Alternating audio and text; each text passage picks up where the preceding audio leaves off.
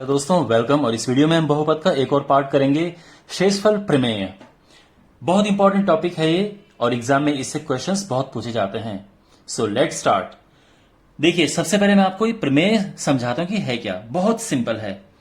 कोई भी बहुपद है, px कोई बहुपद मान लो, जब हम इसको x माइनस ए से भाग देंगे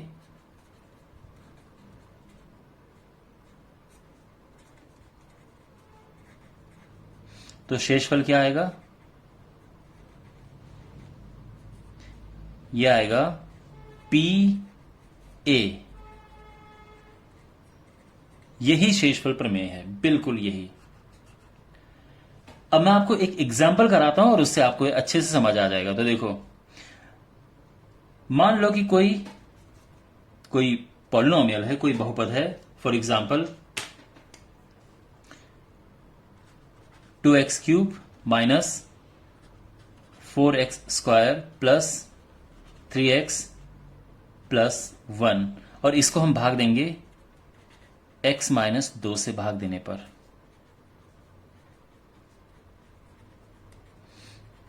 देने पर शेषफल ज्ञात कीजिए। अगर हमारे पास ये क्वेश्चन है कि हमें इसको इससे भाग देना है और शेषफल ज्ञात कीजिए, तो कैसे करेंगे? देखो, सबसे पहले पुट करना है x माइनस 2 को 0। x माइनस 2 बराबर 0 रखने पर क्या होता है? x बराबर 2 आ गया है। अब हमें करना क्या है? जो शेषफल होगा सिंपली जहां पे x है वहां पे 2 रख दो और आंसर आ जाएगा। जहां पे x है वहां पे 2 रखना है हमें।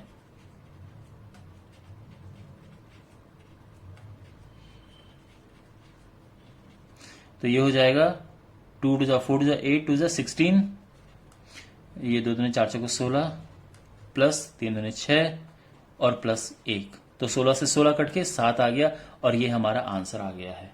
इस तरह से निकलता है शेषफल। तो आई होप आपको शेषफल प्रमेय समझ आ गई होगी। ठीक है, अब इसमें एक दो एग्जाम्पल मैं आपको और कराता हूं। एक आपकी बुक का एग्जाम्पल है, एग्जाम्पल 9। इसमें है कि x की power 4 plus x cube minus 2x square plus x plus 1, इसको हमने भाग देना है x माइनस 1 से भाग देने पर शेषफल हमें ज्ञात करना है, ये बताना है हमें। तो क्या होगा? देखो, सबसे पहले वही है कि x माइनस, ये मैं इसको सॉल्व कर रहा हूं, ठीक है, हल। तो x माइनस 1 को हम रखेंगे 0 और इससे हमें मिल जाएगा x बराबर 1। अब हमारे पास जो बहुपद है px बराबर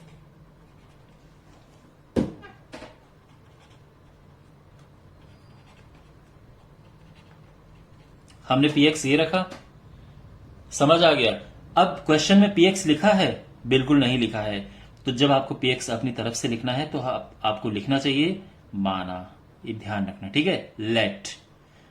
तो जब भी आपको ये अपनी तरफ से आपने लगाया है तो हमें ये लिखना चाहिए। अब x की जगह पे 1 रखना है हमें और बस आंसर आ जाएगा। तो जो शेषफल है वो है x की जगह पे 1 रखना है, x की जगह पे 1 रखना है।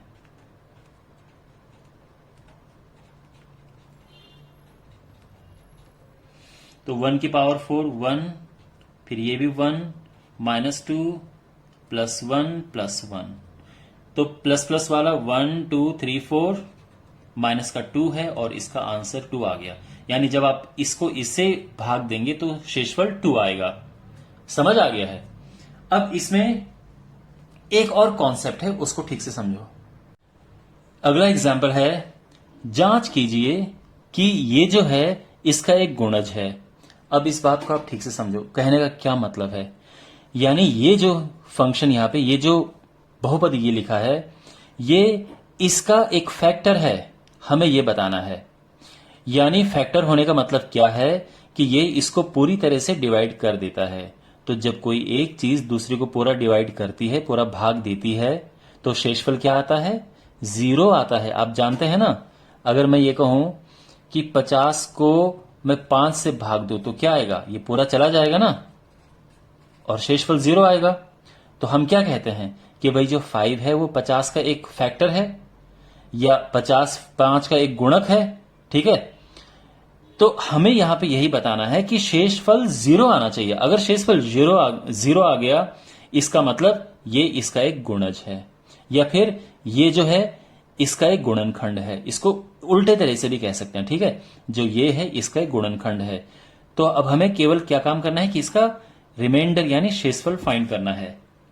तो फिर वही करेंगे, रखेंगे 2t + 1 को हमने 0 रखा, 2t - 1 हुआ, t आ गया -1/2।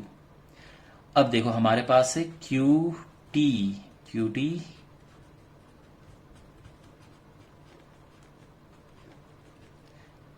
यहां पे t की जगह पे हमें ये रखना है, तो ये क्या हो जाएगा?